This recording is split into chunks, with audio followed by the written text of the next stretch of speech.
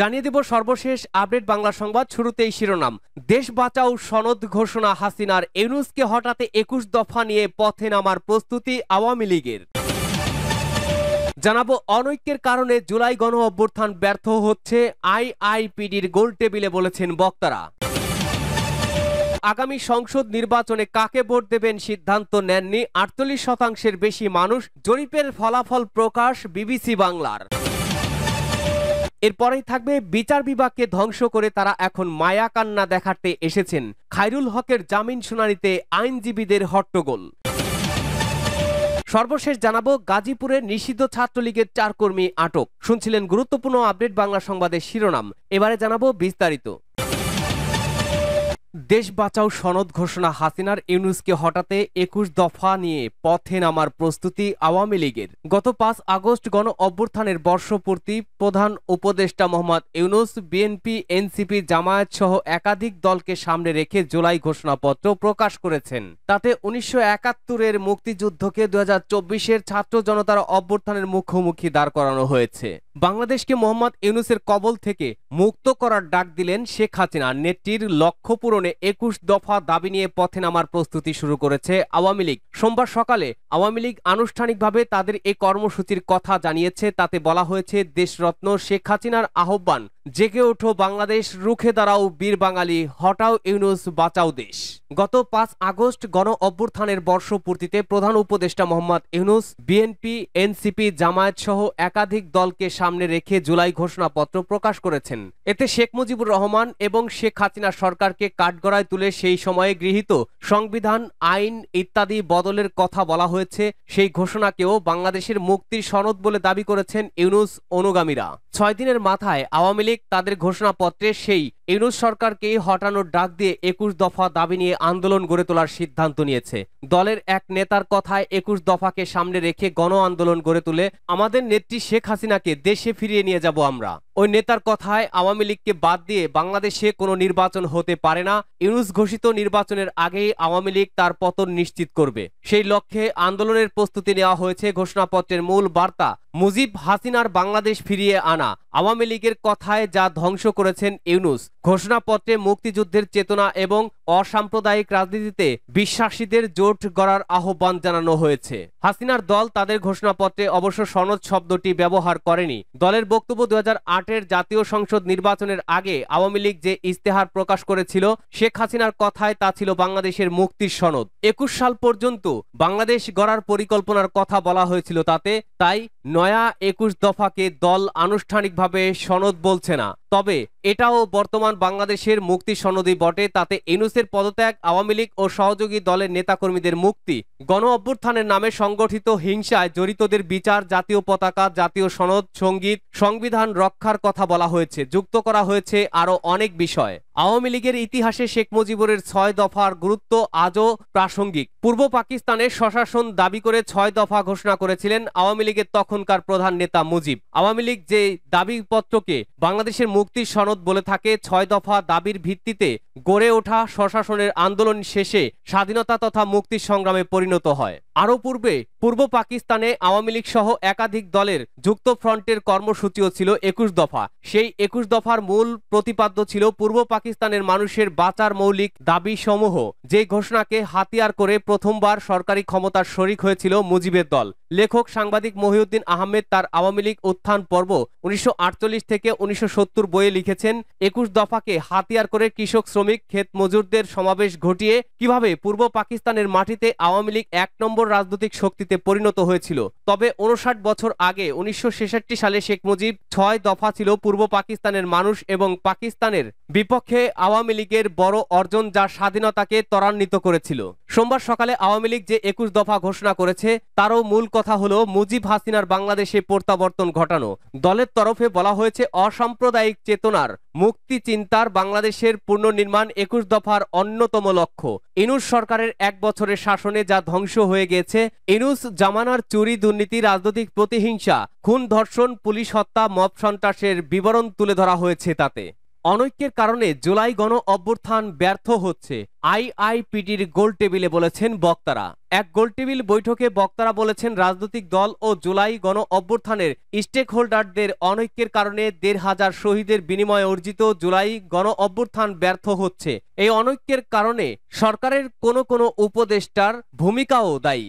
অন্তর্বর্তী সরকারের ১ বছর মন্ত্রণালয় ভিত্তিক পর্যালোচনা শীর্ষক গোলটেবিল বৈঠকের আয়োজন করে institute for innovation in policy and development IIPD. বক্তারা বলেন, ফ্যাসিবাদী শাসনের দুঃশাসনে থাকা একটি রাষ্ট্রকে নতুন করে পূর্ণ পরিগঠনের জন্য যে কমিটমেন্ট দরকার, সেই কমিটমেন্ট রাজনৈতিক দলগুলো দিতে পারেনি। শুধু রাজনৈতিক দল নয়, কেউ অন্তর্বর্তীকালীন সরকারের প্রতি সাপোর্টিভ ছিল না। প্রতিবেশী দেশের ষড়যন্ত্র, ক্ষমতাচ্যুত আওয়ামী লীগের চতুর্মুখী অপতৎপরতা এবং অধিকার আদায়ের নামে ২০০টির বেশি আন্দোলন চলমান থাকার পরেও অন্তর্বর্তীকালীন সরকার যে অর্থনৈতিক স্থিতিশীলতা ফিরিয়ে আনতে পেরেছে সেটা অবশ্যই প্রশংসার দাবিদার। বর্তমান বাস্তবতায় অন্তর্বর্তীকালীন সরকারের কাছে একটি সুষ্ঠু, অবাধ ও ঐতিহাসিক নির্বাচন প্রধান প্রত্যাশা বলে দাবি করেন বক্তারা। নির্বাচনে কাকে ভোট দেবেন সিদ্ধান্ত নেননি ৪৮% বেশি মানুষ, জরিপ বলছে বিবিসি বাংলার প্রতিবেদনে। আগামী সংসদ নির্বাচনে কাকে ভোট দেবেন সে বিষয়ে এখনো সিদ্ধান্ত নেননি ৪৮%-এরও বেশি মানুষ। অন্যদিকে জরিপ কাকে ভোট চায় তা বলতে রাজি হয়নি ১৪.৪% মানুষ। BRAC institute of governance and development বা বিআইজিডির জরিপে এমন চিত্র উঠে এসেছে। এই জরিপে সহায়তা করেছে বেসরকারি একটি ফোরাম, ভয়েস ফর রিফর্ম। যারা ভোট দেওয়ার বিষয়ে সিদ্ধান্ত নিয়েছেন তাদের মধ্যে ১২% মানুষ বিএনপিকে, ১০.৪% মানুষ জামায়াত ইসলামীকে, ৭.৩% মানুষ আওয়ামী লীগকে এবং ২.৮% মানুষ এনসিপিকে ভোট দিতে চান বলে জানিয়েছেন।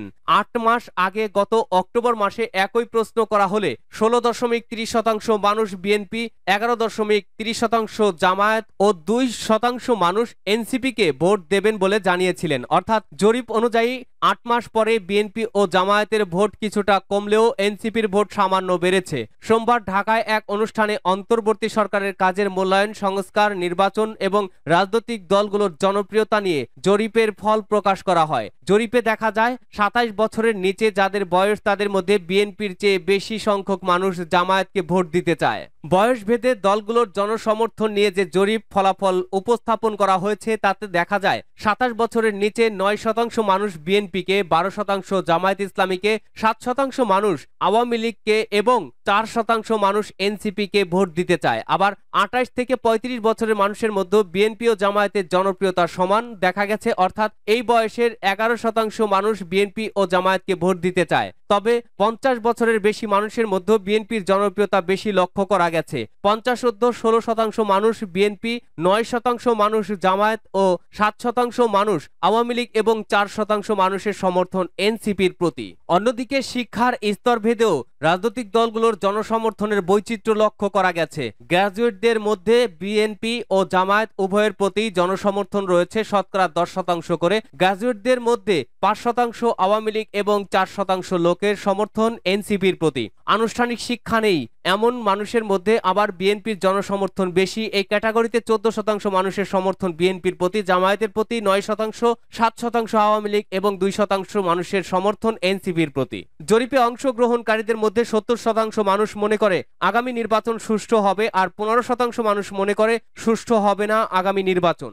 বিচার বিভাগকে ধ্বংস করে তারা এখন মায়াকান্না দেখাতে এসেছেন। খায়রুল হকের জামিন শুনানিতে আইনজীবীদের হট্টগোল। বৈষম্য বিরোধী ছাত্র আন্দোলনকে কেন্দ্র করে রাজধানীর ঢাকা যাত্রাবাড়িতে যুবদল কর্মী আব্দুল কাইয়ুম আহাদ হত্যা মামলার সাবেক প্রধান বিচারপতি এবিএম খায়রুল হকের জামিন ও মামলা বাতিল আবেদনের শুনানিতে আসামি পক্ষের ও রাষ্ট্রপক্ষের আইনজীবীদের মধ্যে হট্টগোল ও ধাক্কাধাক্কির ঘটনা ঘটেছে।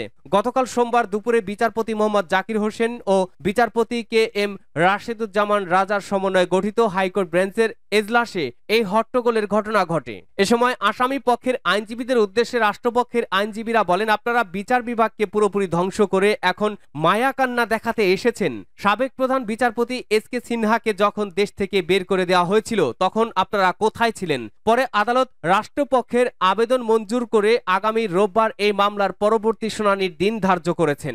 জানা গেছে, খায়রুল হকের বিরুদ্ধে যাত্রাবাড়ী থানায় করা হত্যা মামলার বাতিল ও জামিন চেয়ে গত রোববার হাইকোর্টে আবেদন করা হয়। এই আবেদনের ওপর গতকাল দুপুরে শুনানি হওয়ার কথা ছিল। দুপুরের পর বিচারক এজলাসে ওঠার আগেই খায়রুল হকের পক্ষে শুনানিতে অংশ নিতে এজলাসে উপস্থিত হন সিনিয়র আইনজীবী M.K. রহমান, সিনিয়র আইনজীবী মহসিন রশিদ, সিনিয়র আইনজীবী জেডাই খান পান্না, সিনিয়র আইনজীবী কামরুল হক সিদ্দিকী, সিনিয়র আইনজীবী মঞ্জুরুল হক চৌধুরী, মোতাহার হোসেন সাজু, সৈয়দ মামুন মাহবুব সহ অনেকেই। বিচারক এজলাসে ওঠার পর রাষ্ট্রপক্ষ থেকে বলা হয়, গুরুত্বপূর্ণ এই মামলার শুনানিতে রাষ্ট্রের প্রধান আইন কর্মকর্তা অ্যাটর্নি জেনারেল অংশ নেবেন। পরে আদালত 3টার মধ্যে অ্যাটর্নি জেনারেলকে আসতে বলেন। তখন deputy attorney general Rasel Ahmed attorney জেনারেলের সঙ্গে যোগাযোগ করেন। 3টার দিকে ডেপুটি অ্যাটর্নি জেনারেল আদালতকে জানান অ্যাটর্নি জেনারেলের এই মামলার 1 সপ্তাহ সময় চেয়েছেন। তখন আসামি পক্ষের আইনজীবীরা দাঁড়িয়ে বলেন, আমরা এখানে 4 থেকে 5 জন আছি যাদের বয়স 75 বছরের উপরে। সবাই শুনানি করার জন্য অপেক্ষা করছি। আজ শুনানি হবে না কেন?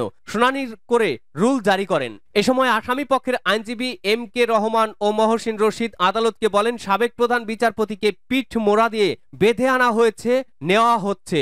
আসামিকে রিমান্ডে না পাঠানো তদন্তকারী কর্মকর্তাকে ব্যাখ্যা দিতে বলা হয়েছে। আমরা কোন আদালতে আছি?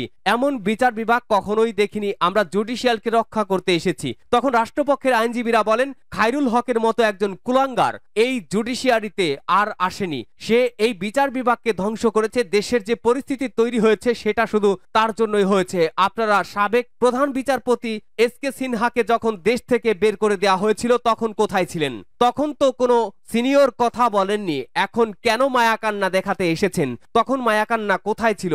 এ সময় সহকারী অ্যাটর্নি জেনারেল মোহাম্মদ উজ্জ্বল হোসেন আদালতকে বলেন, আমি ঢাকা বিশ্ববিদ্যালয়ের ছাত্র ছিলাম। ছাত্র অবস্থায় আমার বিরুদ্ধে 8টি মামলা হয়েছে। তখন আপনারা সিনিয়ররা কোথায় ছিলেন? কেউ তো আমার পক্ষে এসে দাঁড়ায়নি। গাজীপুরে নিষিদ্ধ ছাত্রলীগের 4 কর্মী আটক। গাজীপুরের শ্রীপুরে মশাল মিছিলের প্রস্তুতির সময় নিষিদ্ধ সংগঠন ছাত্রলীগের 4 কর্মীকে আটক করেছে পুলিশ। সোমবার 11 আগস্ট দিবাগত রাতে গাজীপুর ইউনিয়নের আজুগির চালা এলাকা থেকে তাদের আটক করা হয়। আটকরা হলেন নাহিদ হাসান, শৈশব ব্যাপারী, চিবির মণ্ডল ও দিনার আহমেদ। তারা উপজেলা ছাত্রলীগের কর্মী বলে জানা গেছে। প্রত্যক্ষদর্শীরা জানায়, সন্ধ্যার পর থেকে অপরিচিত যুবকদের আনাগোনা বাড়ে আজুগির চালার গুলিস্তান পার্কের সামনে। এ সময় স্থানীয়দের সন্দেহ হলে খবর দেওয়া হয় ছাত্র দলের নেতাকর্মীদের। পরে ইউনিয়ন ছাত্র দলের সভাপতি তার নেতাকর্মীদের নিয়ে ধাওয়া দিয়ে 4 জনকে আটক করে পুলিশে দেয়। তাদের বিরুদ্ধে তদন্ত করে তাদের বিরুদ্ধে আইনগত ব্যবস্থা নেওয়া হবে বলে জানিয়েছে পুলিশ।